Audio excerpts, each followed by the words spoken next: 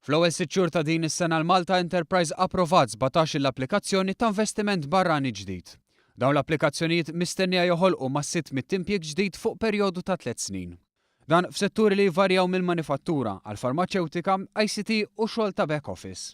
Dan it-tarif kien ippubblikat f'pubblikazzjoni li saret għal konferenza li Ernst&Young għamlet dwar il-qagħda tal-investiment f'pajjiżna. Mill-istess rapport irriżulta li s-sena li għaddiet kienet sena rekord fin-numru ta' applikazzjonijiet approvati mill-Malta Enterprise, dan meta wieħed jikkunsidra l-aħħar 8 snin.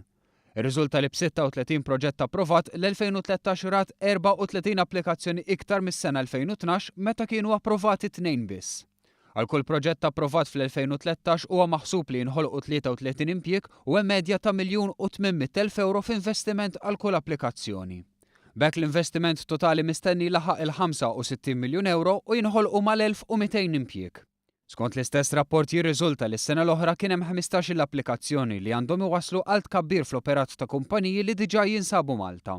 Dawn il-15 l-applikazzjoni saru b'investiment medju ta' €2,800,000 għal kull każ u l-ħsieb hu li kull applikazzjoni tħalli il-frott ta' 22 impjieg.